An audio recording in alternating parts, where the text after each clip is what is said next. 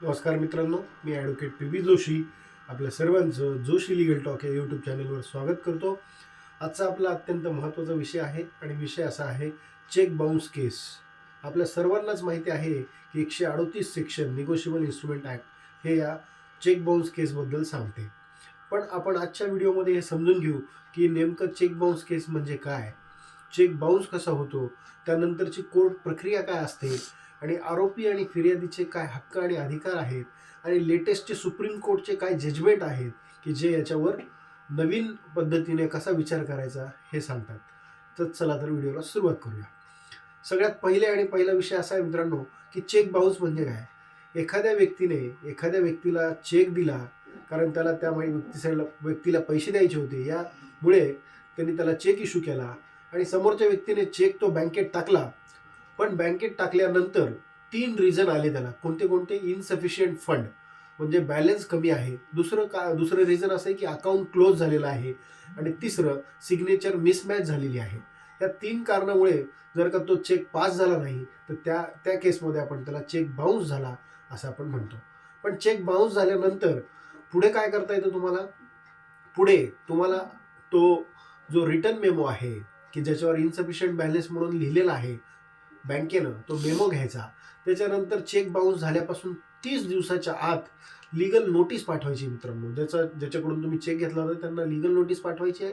त्याच्यानंतर 15 दिवसाचा वेळ द्यायचा आहे त्यांना पैसे देण्यासाठी. जर 15 दिवसात त्यांनी पैसे दिले नाही तुमचे, तर तुम्ही पुढच्या 30 दिवसामध्ये कोर्टामध्ये 138 निगोशिएबल इन्स्ट्रुमेंट ॲक्ट अंतर्गत केस दाखल करू शकता. आणि ही जी केस आहे ही क्रिमिनल केस आहे. हा क्रिमिनल गुन्हा आहे. फौजदारी गुन्ह्याअंतर्गत याला ट्रीट केलं जातं.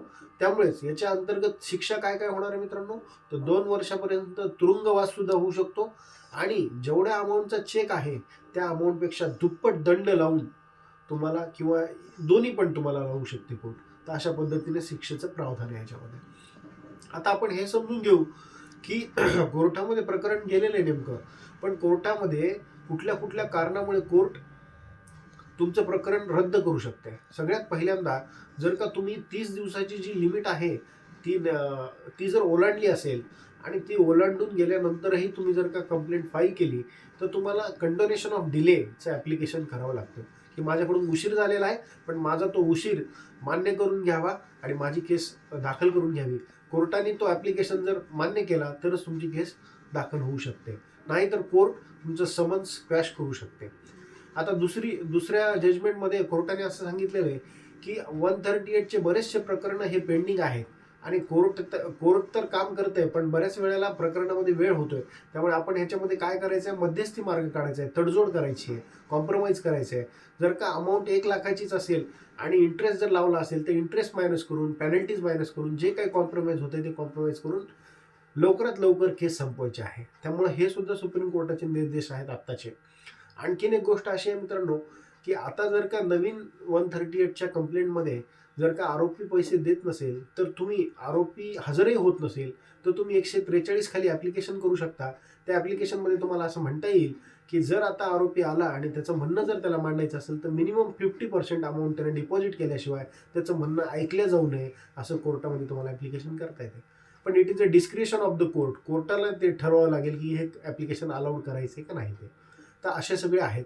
आता आरोपींचे हक्क काय काय किंवा त्याचे कायदेशीर राईट्स काय, तो असं म्हणू शकतो की हा जो चेक मी दिला होता तो सिक्युरिटीसाठी दिला होता, सिक्युरिटी चेक म्हणून होता. मी ह्यांना माझं काही लिगल डेप्ट देणंच नव्हतं मला ह्यांना, त्याच्यामुळे हा चेक फक्त सिक्युरिटीसाठी दिला होता असं त्याला म्हणता येतं. दुसरी गोष्ट, कुठला जो व्यवहार झाला आहे त्याचे ॲग्रीमेंट असेल तर ते तुम्हाला तिकडे प्रेझेंट करता येतं. त्यामुळे आरोपीचे सुद्धा बरेचसे राईट्स आहेत. तर त्या पद्धतीनं तुम्हाला दोन्ही लिगल केसेस कोर्टासमोर आणून सत्य बाजू सांगून जे कोर्टाचा जजमेंट असेल, न्याय असेल, तो आपल्याला घ्यावा लागेल.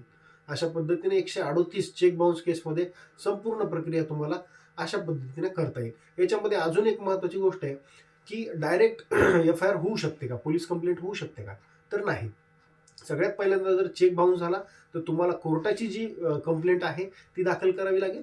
आणि ह्या व्यतिरिक्त जर का लक्षात आलं की हा 138चा गुन्हा नसून चिटिंगचा आहे, फ्रॉडचा आहे किंवा इतर कुठले गुन्हे ह्याच्यात इन्व्हॉल्व आहेत, तर त्या केसमध्ये कोर्टाच्या संमतीने तुम्ही FIR सुद्धा फाडू शकता.